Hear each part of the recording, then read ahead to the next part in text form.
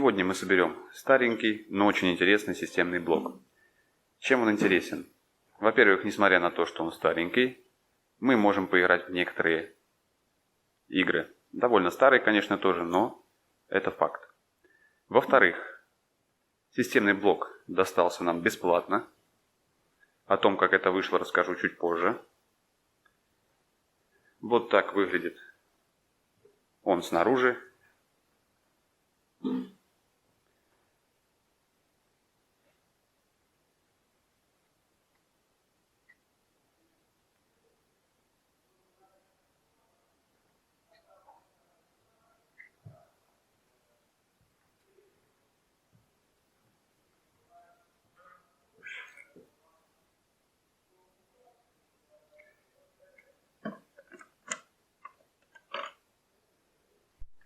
Сейчас перед вами весь комплект комплектующих, которые будут установлены в этот системный блок.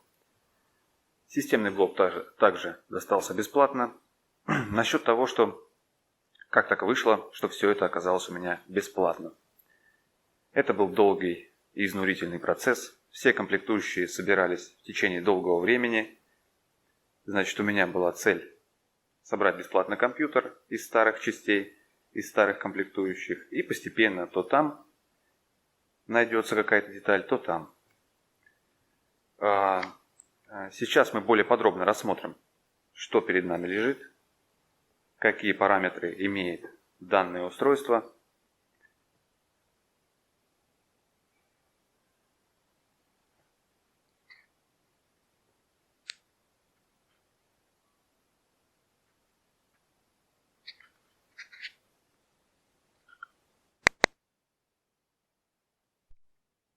Итак, во-первых, сердце нашего компьютера.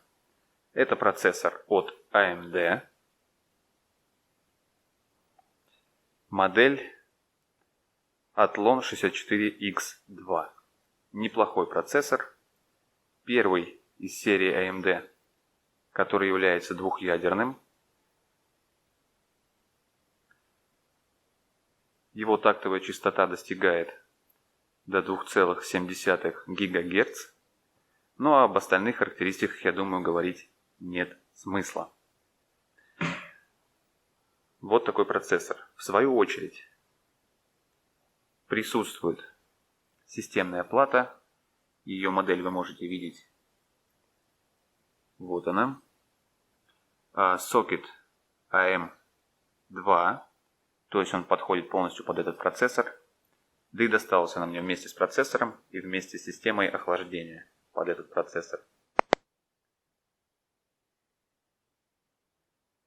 Итак, находим ключ и устанавливаем процессор на место.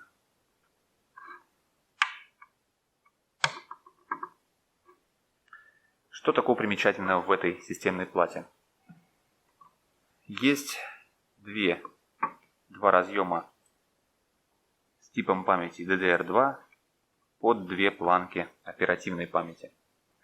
Также здесь есть более современный разъем PCI-Express, что позволяет устанавливать современные видеокарты. Также есть и PCI-Express Mini. Из разъемов на системной плате мы можем наблюдать, что есть некоторые разъемы под монитор. Даже есть старые, очень старые, которые уже не используются очень давно. Имеются выводы под мышь и клавиатуру старого образца. Также есть 4 USB разъема, сетевой адаптер и несколько адаптеров под звук. Вот такая вот системная плата, процессор и система охлаждения для него. Далее о видеокарте.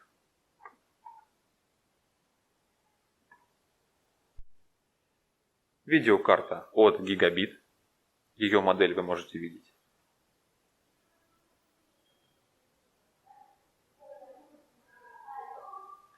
Если говорить о ее параметрах, что она из себя представляет? Во-первых, вы можете сразу заметить, что она не имеет кулера.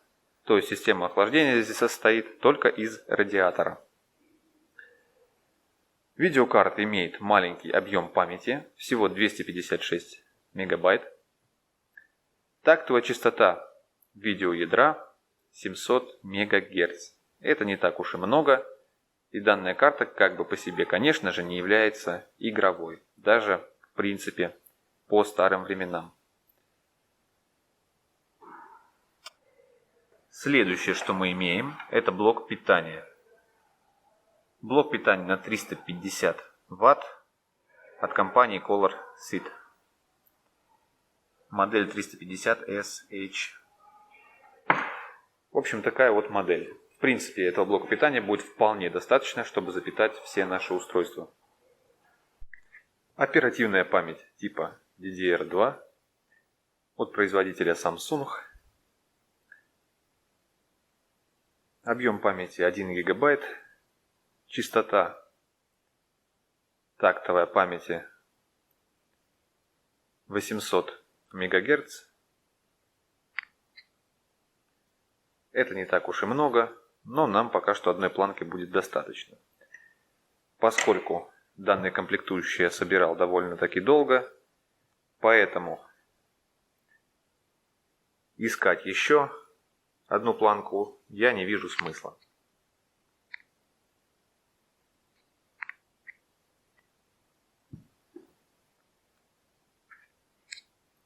На системную плату, а именно на процессор, я нанес уже термопасту. У меня валялась КТП-8.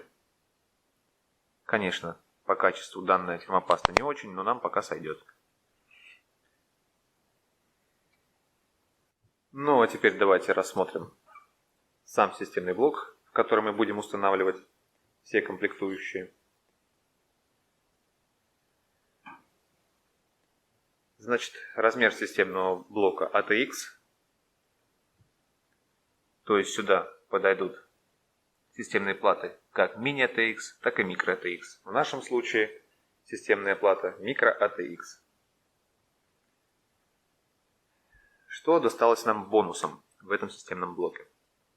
Во-первых, это жесткий диск от компании Seagate на 160 ГБ. Нам этого будет достаточно. Жесткий диск имеет современные разъемы SATA.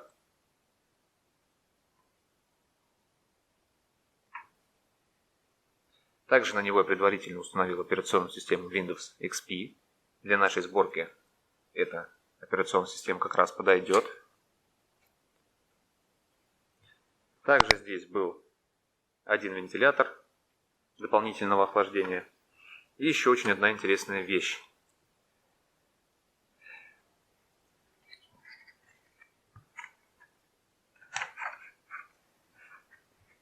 В данную коробочку можно внешне устанавливать жесткий диск с типом разъемов SATA. То есть коробочка открывается, не разбирая системный блок. Устанавливается сюда жесткий диск дополнительный и вставляется обратно. Вот такая вот интересная вещь. Досталась бонусом вместе с системным блоком.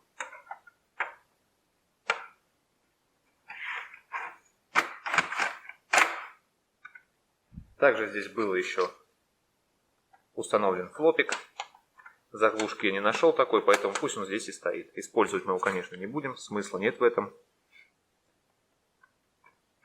Также вы можете посмотреть, какой интересный дизайн имеет данный системный блок. Внизу похоже на передок Мерседеса.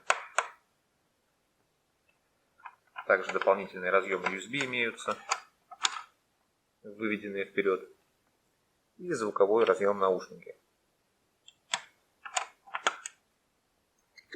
В принципе, все я описал. Теперь мы можем собирать наш компьютер и провести небольшой тест, на что он способен.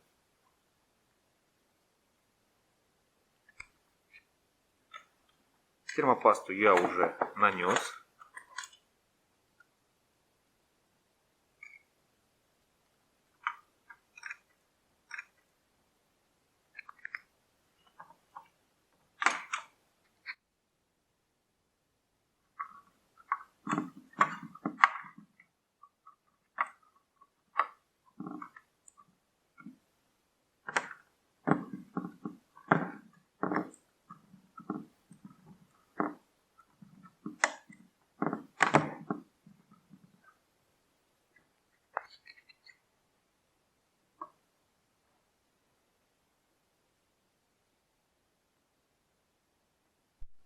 Ну что ж, системная плата установлена. Подключены все необходимые разъемы для включения питания, а также для переднего вывода USB звукового разъема и прочее. В общем, все подключено. Также подключаем питание дополнительного вентилятора на корпусе системного блока.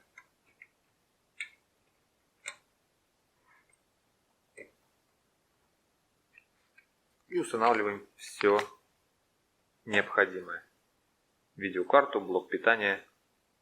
И все подключаем. Кстати, системная плата имеет как ID разъем под внешнюю память, так и SATA, к которому, кстати, будет подключен наш жесткий диск. Сейчас я все соединю, в том числе поставлю и блок питания. Вот, кстати, ID разъем, им я подключу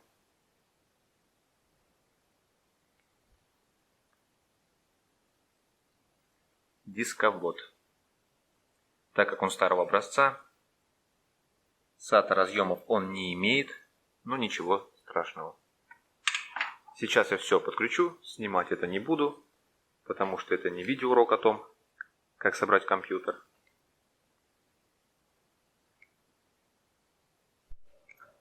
Итак, все комплектующие установлены на место. Видеокарта, процессор, кулер. Все подключено с помощью блока питания.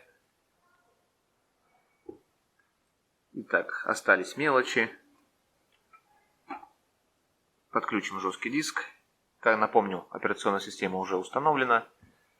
Вот так выглядит внутри наш системный блок, который в принципе мы собрали бесплатно.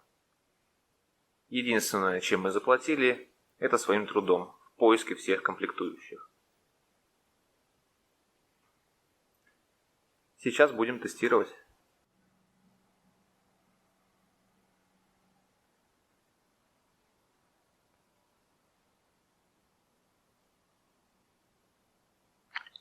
Вот, в принципе, все у нас работает прекрасно.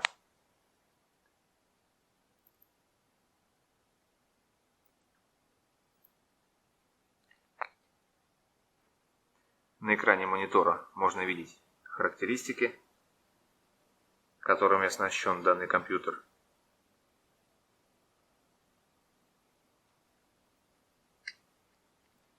Сейчас я запущу FurMark, чтобы хотя бы примерно понимать, на что способен компьютер и как он себя ведет.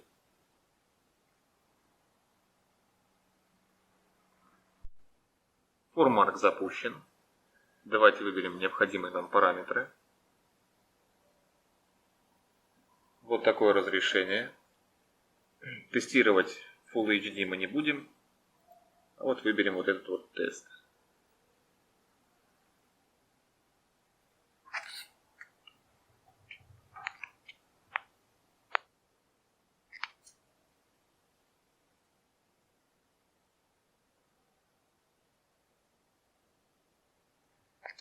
Конечно, такому компьютеру очень тяжело справляться с графикой.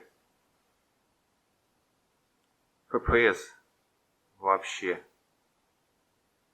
1. Но это тоже показатели многое дают нам понять о том, что это за компьютер у нас вышел. Игровым назвать мы его ни в коем случае не можем. Пойдут ли на него какие-либо игры? Сложный вопрос. Но как офисный компьютер он вполне подходит. Выполнение любых офисных операций, как печать документов, посещение веб-страниц и так далее. На это компьютер очень даже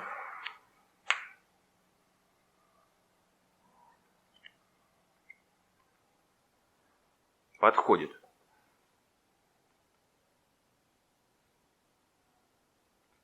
По завершению теста мы сейчас получим показатели. Вот можем их видеть. Если бы мы поставили разрешение поменьше, то, возможно, конечные показатели были повыше. FPS 1.2. Конечно, это плохой показатель. никакой. Но о чем мы можем говорить, если у нас видеокарта слабенько стоит, правильно? Температура максимально 59 градусов. Это хорошо. Ну и в целом вот такой вот небольшой тест. Ну и всех интересующий вопрос. Что же насчет игрушек? Вот попытка запустить Grand Theft Auto San Andreas. Даже графику я еще не настраивал, только установил ее. Давайте попробуем.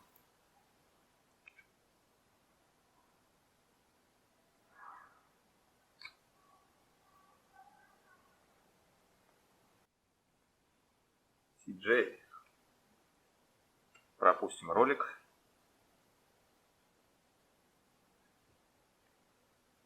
Немного отсвечивает камера.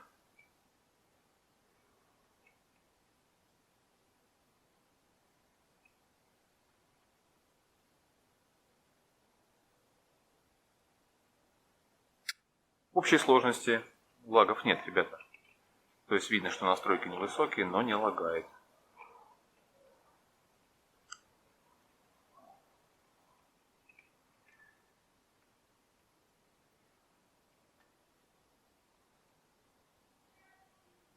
То есть, по сути своей, в старенькие игры поиграть мы можем.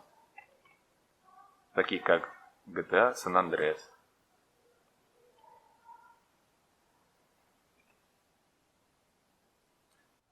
Вот такая сборочка у нас получилась.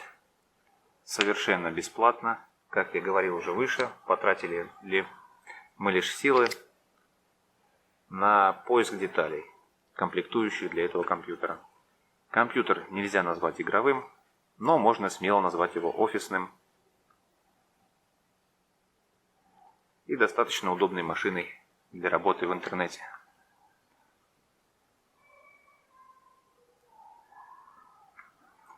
В перспективе, может быть, найдутся комплектующие получше, и мы немножечко его модернизируем. Но пока что все.